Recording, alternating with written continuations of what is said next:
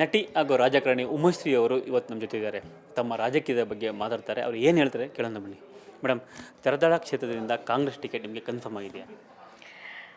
ಈಗ ನಾನು ಕನ್ಫರ್ಮ್ ಅಂತ ಹೇಳುವಂಥ ದಿನದಲ್ಲಿ ಇಲ್ಲ. ಯಾಕೆಂದರೆ ಕಾಂಗ್ರೆಸ್ ಪಕ್ಷ ಅಧಿಕೃತವಾಗಿ ಪಟ್ಟಿಯನ್ನು ಬಿಡುಗಡೆ ಮಾಡುತ್ತೆ, ಆಗ ನಿಮಗೆ ಗೊತ್ತಾಗುತ್ತೆ. ಕಳೆದ ಬಾರಿ ನೀವು ಅಲ್ಲೇ ವಾಸ್ತವ್ಯ ಹೂಡಿ ಚುನಾವಣೆ ಪ್ರಚಾರ ಮಾಡಿದ್ರಿ, ತುಂಬ ಪೈಪೋಟಿ ನೀಡಿದ್ರಿ. ಆದರೆ ಕೊನೆಗಳಲ್ಲಿ ಮತದಾರರು ನಿಮ್ಮ ಕೈ ಹಿಡಿಯಲಿಲ್ಲ. ಆದರೆ ಈ ವರ್ಷ ಯಾವ ರೀತಿಯಾದಂತಹ ಪ್ಲಾನ್ಗಳನ್ನು ಮಾಡ್ಕೊಂಡಿದ್ದೀರಾ? ನಾನು 5 ವರ್ಷದಿಂದ ಅಲ್ಲೇ ಇದ್ದು ಕೆಲಸ ಮಾಡಿ ಬಹಳ ಸ್ಥಿರವಾದ ಮನಸ್ಸು ಇಟ್ಕೊಂಡು ಬದ್ಧತೆ ಇಟ್ಕೊಂಡು ಅವ್ರ ಜೊತೆಯಲ್ಲೇ ಒಬ್ಬಳಾಗಿ ದುಡಿದಿದ್ದೀನಿ. ನನಗೆ ತೇರದಾಳದ ವಿಧಾನಸಭಾ ಕ್ಷೇತ್ರದಲ್ಲಿ ಮತದಾರರು ನನಗೆ ಆಶೀರ್ವಾದ ಮಾಡ್ತಾರೆ, ನನ್ನ ರಾಜಕೀಯ ಭವಿಷ್ಯವನ್ನು ನಿರ್ಮಾಣ ಮಾಡಿ ಕೊಡ್ತಾರೆ ಅಂತಕ್ಕಂಥ ಆತ್ಮವಿಶ್ವಾಸ ನನ್ನಲ್ಲಿದೆ. ಮೇಡಮ್, ಕಳೆದ ಬಾರಿ JDSನಲ್ಲಿ ಮತ್ತು BJP ತಲಾ 3 ಶಾಸಕಿಯರು ಆಯ್ಕೆಯಾಗಿದ್ದರು. ಆದರೆ ದೊಡ್ಡ ಪಕ್ಷ ಕಾಂಗ್ರೆಸ್ನಲ್ಲಿ ಒಬ್ಬ ಶಾಸಕಿ ಸಹ ಆಯ್ಕೆಯಾಗಿಲ್ಲ. ಯಾಕೆ ದೊಡ್ಡ ಪಕ್ಷಕ್ಕೆ ಯಾಕೆ ಇಂತಹ ಸ್ಥಿತಿ ಬಂದಿದೆ? ಹಾಗೇನಿಲ್ಲ, ನಮ್ಮ ಪಕ್ಷಕ್ಕೆ ಯಾವುದೇ ಸ್ಥಿತಿ ಕೆಟ್ಟಿಲ್ಲ. ಆದರೆ ಹೋದ ಸಲ BJP ಪಕ್ಷದ ಅಲೆ ಇತ್ತು, ಹೀಗಾಗಿ ಜನ BJP ಪಕ್ಷಕ್ಕೆ ಆಶೀರ್ವಾದವನ್ನು ಮಾಡಿದ್ದಾರೆ. ಈ ಸಲ ಕಾಂಗ್ರೆಸ್ ಪಕ್ಷದ ಅಲೆ ಇದೆ, ಜನ ಕಾಂಗ್ರೆಸ್ ಪಕ್ಷವನ್ನು ಬಯಸ್ತಾ ಇದ್ದಾರೆ. ಹಾಗಾಗಿ ಮಹಿಳೆಯರನ್ನು ಕೂಡ ಈ ಸಲ ಜನ ಆಯ್ಕೆ ಮಾಡ್ತಾರೆ. ಮೇಡಮ್, ಕಾಂಗ್ರೆಸ್ ಅಂದರೆ ಮಹಿಳೆ, ಯಾಕಂದರೆ ನಾವು ಹಿಂದೆ ನೋಡಿರ್ಬೋದು ಇಂದಿರಾ ಗಾಂಧಿಯವರು, ಈಗ ಸೋನಿಯಾ ಗಾಂಧಿಯವರು. ಆದರೆ ಕರ್ನಾಟಕದಲ್ಲಿ ಮಹಿಳೆಯರು ಕಾಂಗ್ರೆಸ್ಸನ್ನು ಎನ್ಕ್ಯಾಶ್ ಮಾಡ್ಕೊಳ್ಳೋದಕ್ಕೆ ವಿಫಲರಾಗ್ತಾ ಇದ್ದಾರೆ. ಯಾಕಂದರೆ ಮೊನ್ನೆ ಟಿಕೆಟ್ ಆಕಾಂಕ್ಷಿಗಳ ಪಟ್ಟಿ ನೋಡಿ ಸೋನಿಯಾ ಮೇಡಮ್ ಸಹ ಗರಂ ಆಗಿದ್ದಾರೆ. ಇದಕ್ಕೆ ಏನು ಹೇಳ್ತಾರೆ?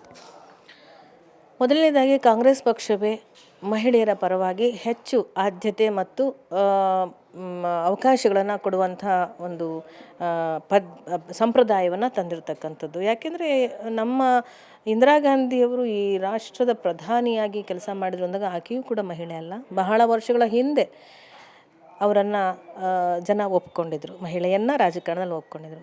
ಮೊನ್ನೆ ಪ್ರತಿಭಾ ಪಾಟೀಲು ರಾಷ್ಟ್ರಪತಿಯಾಗಿ ಕೂಡ ನೇಮಕಗೊಂಡರು. ಹಾಗಾಗಿ ನಮ್ಮಲ್ಲಿ ಶೀಲಾ ದೀಕ್ಷಿತರು CM ಕೂಡ ಆಗಿದ್ದರು. ಹಾಗಾಗಿ ಮಹಿಳೆಯರಿಗೆ ನಮ್ಮಲ್ಲಿ ಹೆಚ್ಚು ಅವಕಾಶಗಳಿದೆ, ಅವಕಾಶಗಳನ್ನು ಪಡ್ಕೋತಾ ಇದ್ದೀವಿ ಮತ್ತು ಅವಕಾಶಗಳನ್ನ ಒದಗಿಸ್ಕೊಡ್ತಾ ಇದ್ದಾರೆ. ಆದರೆ ಏನಪ್ಪ ಅಂತಂದರೆ ಹೆಚ್ಚು ಪುರುಷರದಕ್ಕೆ ಸಹಕಾರ ಕೊಡಬೇಕು. ನಮಗೆ ಸಿಗುವಂಥ ಸಮಪಾಲು ಸಮಬಾಳು ಪ್ರಜಾಪ್ರಭುತ್ವ ವ್ಯವಸ್ಥೆಯಲ್ಲಿ ಪುರುಷ ಲಿಂಗವಾಗಲಿ ಮತ್ತು ಸ್ತ್ರೀಲಿಂಗವಾಗಲಿ ಎರಡೂ ಸಮಾನವಾದಂಥದ್ದು.